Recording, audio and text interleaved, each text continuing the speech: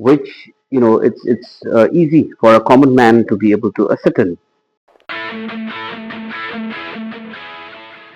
Hello, this is Satyam Gurung once again. Welcome to my podcast on political correctness. This time I have come in front of all of you all to discuss a couple of things that I felt is very necessary, considering the kind of political turmoil in the country.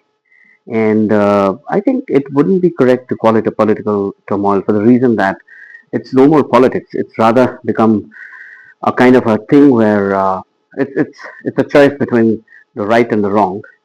Well, there's no definite yardstick to measure exactly what is right and what is wrong, since there aren't any set rules to determine, or to determine what is right, what is wrong. But there are certain things called ethics, which it's easy for a common man to be able to ascertain whether you find that technically, I mean, whether you find that correct or whether you find that to be a little below the belt or not up to the mark or not a standard thing or something that could be avoided.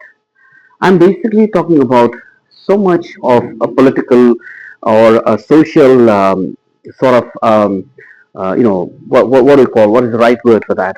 Uh, the right thought or the right terminology is something I'm missing at this point of time because it's such a vast field. It's very difficult to confine the entire thought into one particular word. But I do hope you understand what I'm trying to say here.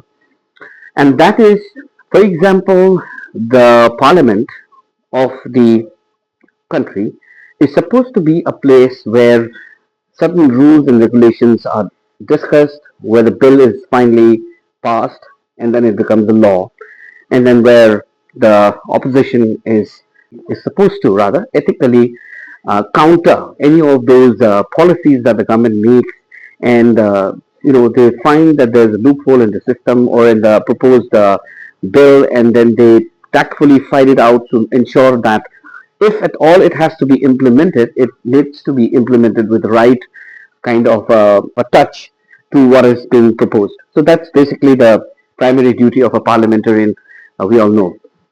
But of late, it's been found that most of the discussions are actually not happening in the parliament, but it's happening out in the street. So the opposition currently, I'm not blaming, but that's what people get to see.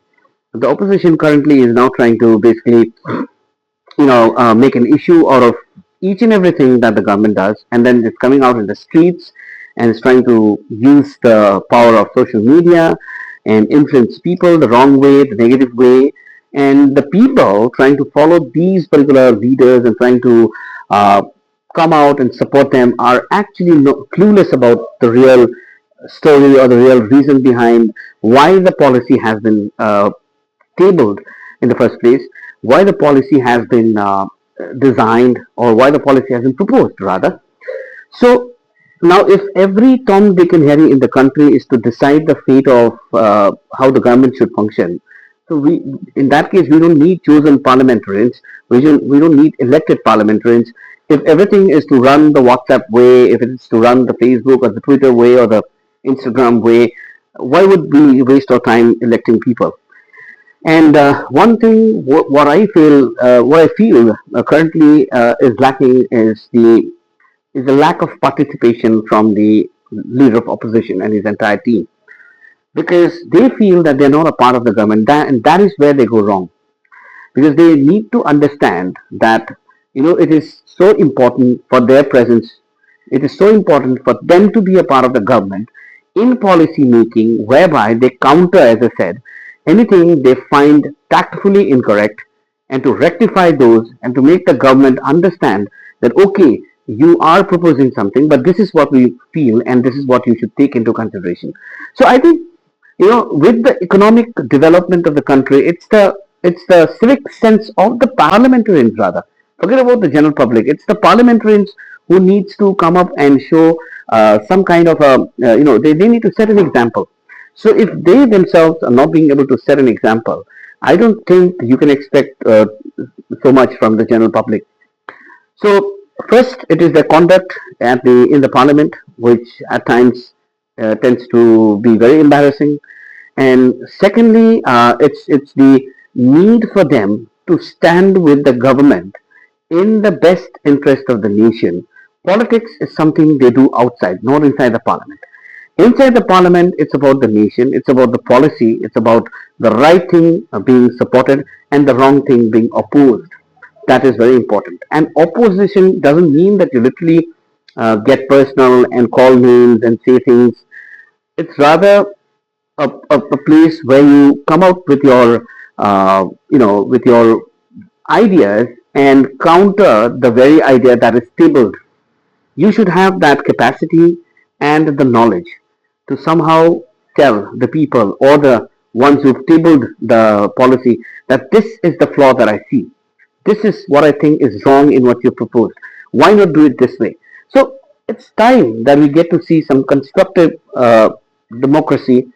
We get to see some constructive discussion happening on the floor. Otherwise, it's a waste of the tax money, and it's waste of valuable time, not only of the people in the parliament, but of common people like us who follow them, who tend to have an interest and try and see and hear them about the discussions and anticipate good things coming by through the discussions. So this is what is seriously lacking, and I think it's high time that the Supreme Court, the apex court, the honorable apex court, intervenes and sort of makes a rule whereby I think especially the elected parliamentarians need to conduct in the national interest, and they should not comment whatever comes in their mind. And I think there has to be some amount of a rule set for them to appear in social media, and of course it'll be like sort of encroaching upon their privacy. But since they are elected representatives, what they say makes a lot of impact, makes a lot of difference. So I think they need to speak with responsibility. It's not like common person like me coming out and saying a couple of things which hardly matters to many, and to some who feel that okay, yes, I would like to hear this gentleman speak. That's totally different. But I don't make rules. I don't set things. Even if I say it would just be a suggestion, I am not entitled. So it's just a matter of opinion. Whatever I say in the public domain, whatever I think is just a matter of my personal opinion, nothing else. But when a parliamentarian or an elected representative does that, it tends to become a lot more, it has a heavier impact. So therefore, I think it's time that these elected representatives, these parliamentarians, should have certain restrictions imposed on them when it comes to the use of social media. That's what I seriously feel, because we would want them to put up a wrong signal. We would want them to set a bad example and create a lot of chaos and turmoil around the entire nation, and take people to the streets for the sake of proving their point. I think that's a very wrong move. Whatever you need to do, if you have the capacity or you have the knowledge, you should show that in the parliament, not in the streets. And if you agree, please comment yes. Thank you. Bye bye.